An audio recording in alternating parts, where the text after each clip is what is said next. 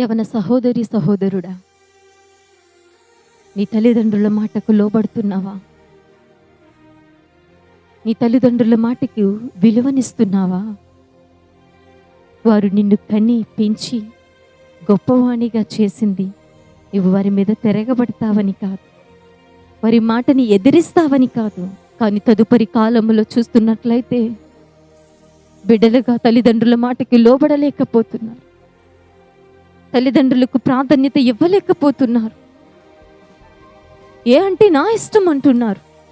నీ ఇష్టం అనడానిక వారు నిన్ను కనిపించింది, వారిని తృణీకరించడానిక నిన్నింత గొప్పవాణిగా చేసింది. ఈనాటి కాలంలో చూస్తున్నట్లయితే తల్లిదండ్రులని గౌరవించేవారు, తల్లిదండ్రులను ప్రేమించేవారు కొదువైపోతున్నారు. యవన సహోదరుడా, వాక్యం తెలియపరుస్తుంది, నీ తల్లిని తండ్రిని సన్మానింపుము. మరి దినాన్ని నీ తల్లిని తండ్రిని ప్రేమిస్తున్నావా? వారిని సంతోష పెడుతున్నావా? వారి మాట వింటున్నావా? మనం చూస్తున్నట్లయితే ఎస్తేరు తన జీవితంలో మొర్దెకే దగ్గర ఉన్నప్పటికీ మొర్దెకే మాట వింటూ తన తండ్రి ఏదైతే చెప్తున్నాడో దానిని మాత్రమే చేసే చక్కటి స్త్రీ. మొర్దెకే ఏది చెప్తే అది సక్రమముగా సంపూర్తి చేసినటువంటి స్త్రీ ఎస్తేరు. అలాగే మనం చూస్తున్నట్లయితే రెబెకా కూడా తన జీవితంలో యవన కాలం వచ్చేసరికి అక్కడ ఉన్నటువంటి తన తల్లి కావచ్చు, తండ్రి కావచ్చు, తన సహోదరుడు కావచ్చు, రెబెకా వారి మాటను ఎదిరించలేదు. వారు అంటున్నారు, అమ్మ నువ్వు ఆ మనుషులతో వెళ్ళడానికి నీకు ఇష్టమేనా అని అడిగితే ఆ యవన దశలో, ఆ యవన ప్రాయములో ఆమె అంటుంది, నేను ఆ మనుషులతో వెళ్ళదును. ఈ దినాన్ని అమ్మ నీకు పలానా సంబంధాన్ని చూసా, మరి ఆ వ్యక్తిని చేసుకునడం నీకు ఇష్టమేనా అంటే ఎవరిని అడిగి పెట్టారు, ఎవరిని అడిగి చూశారు? ఇదా నీ సమాధానం. కానీ అన్నాడు రెబెకా అనలేదు. ప్రియ సహోదరి, రెబెకా ప్రస్తావించలేదు. రెబెకా తన తల్లిదండ్రులతో ఆ రీతిగా వ్యక్తీకరించి మాట్లాడలేదు. నేను కూడా అతనితో పోతున్నా నేను. కానీ దినాన్ని బిడ్డలుగా తల్లి తండ్రులు ఒక మంచి సంబంధాన్ని చూశారంటే వారు వెనకని ముందని ఆలోచిస్తారు. ఎందుకని? బిడ్డ భవిష్యత్తు బాగుండాలి, వారు ఎలా జీవిస్తారు, వారి వ్యక్తిత్వం ఏంటి, వాటన్నిటిని కూడా తల్లిదండ్రులు కనుక్కొని ఆ సంబంధానికి ఇవ్వడానికి నిశ్చయిస్తారు. కానీ బిడ్డలు ఒక్కటే ఒక్క డైలాగ్, ఎవరిని అడిగి చూశారు? ఎవరిని అడిగి చూడాలమ్మా? వాళ్ళు కని పెంచింది నీ నిర్ణయం మీద, వాళ్ళు బ్రతకడానికి కాదు కదా, వాళ్ళు చెప్పినట్లుగా నువ్వు చేస్తావని, మళ్ళీ మాట నువ్వు వింటావని. ఎస్తేరు ఎదిరించలేదు, రెబెకా ఎదిరించలేదు.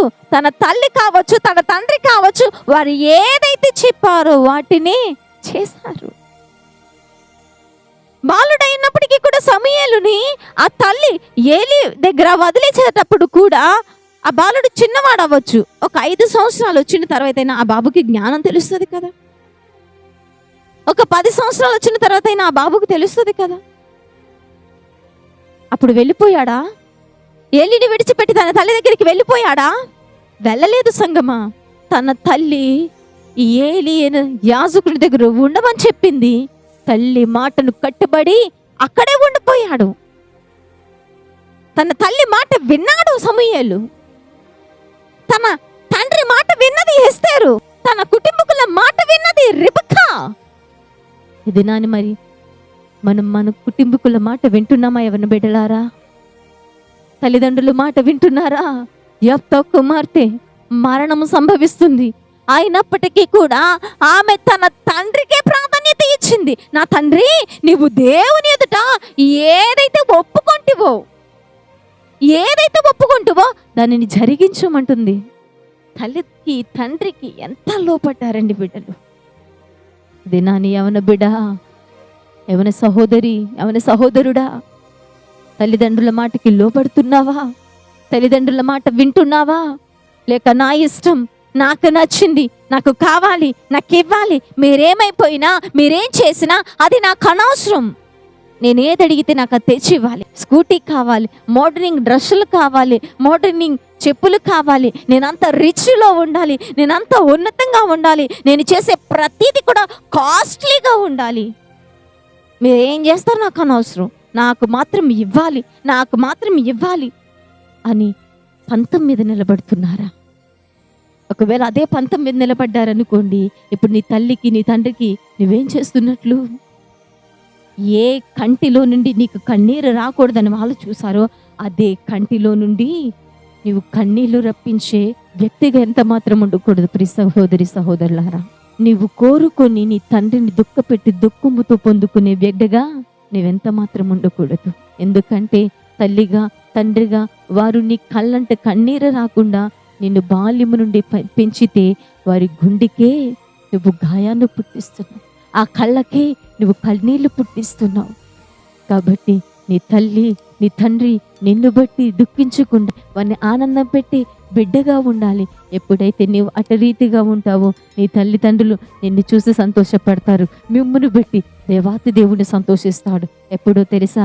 ఎస్తేరు వలె నువ్వు నీ తండ్రికి లోబడినప్పుడు, ఆనాడు రెబెకా వలె నీ కుటుంబీకులకి నువ్వు విలువ ప్రాధాన్యత ఇచ్చినప్పుడు, సమూయేలు వలె నీ తల్లిని నువ్వు అర్థం చేసుకున్నప్పుడు, యొప్తా కుమార్తె వలె నువ్వు నీ తండ్రి మాట ప్రకారముగా నువ్వు జరిగించినప్పుడు